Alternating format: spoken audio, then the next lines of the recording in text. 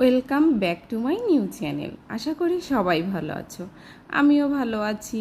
তো আজকে তোমাদের সাথে শেয়ার করব একটি নতুন রেসিপিটি হলো বেগুন কুমড়ো ভর্তা। তো চলো শুরু করা যাক। প্রথমে কড়াইতে পরিমাণ মতো তেল দিয়ে নেব। তারপর বেগুনে লবণ হলুদ মাখিয়ে রেখেছিলাম, সেই বেগুনগুলা ভালো করে ভেজে নিব। একটু লাল লাল করেই ভেজে উঠিয়ে নিব। তারপর কুমড়োগুলোয় লবণ হলুদ মাখিয়ে রেখেছিলাম, সেই কুমড়োগুলোও ভেজে নিব। একটু লাল লাল করে ভেজে উঠিয়ে নিব।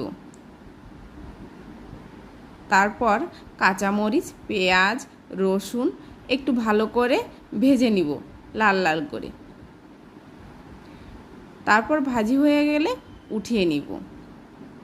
তারপর প্লেটে বেগুন, কুমড়ো, সেই পেঁয়াজ ভাজি, কাঁচা পেঁয়াজ, শুকনো লঙ্কা, ধনেপাতা, পরিমাণ মতো লবণ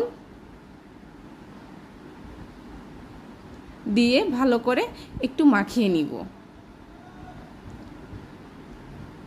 তারপর মাখা হয়ে গেলে এতে পরিমাণ মতো সরিষার তেল দিয়ে দেব।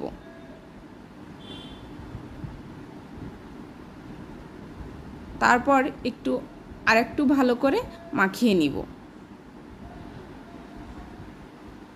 তারপর প্লেটে সাজিয়ে নিব ধনেপাতা দিয়ে। এই হলো বেগুন কুমড়ো ভর্তা, সুস্বাদু বেগুন কুমড়ো ভর্তা।